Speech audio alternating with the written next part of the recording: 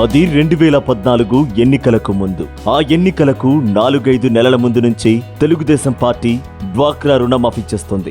బ్యాంకుల్లో డ్వాక్రా రుణాలను ఎవరూ చెల్లించొద్దు, బ్యాంకుల్లో కుదువ పెట్టిన మీ బంగారాన్ని విడిపించేస్తామని ఊరూరా ప్రచారం చేశారు చంద్రబాబు. మాయ మాటలు చెప్పి అధికారంలోకి వచ్చాక ఇచ్చిన హామీని తుంగలో తొక్కి మహిళల్ని మోసం చేశాడు. ఫలితంగా డ్వాక్రా సంఘాలన్నీ అప్పుల్లో కూరుకుపోవడం, మహిళలు జీవనోపాధిని కోల్పోయే పరిస్థితి. ఈ దుస్థితిని తన పాదయాత్రలో గమనించిన మన జగనన్న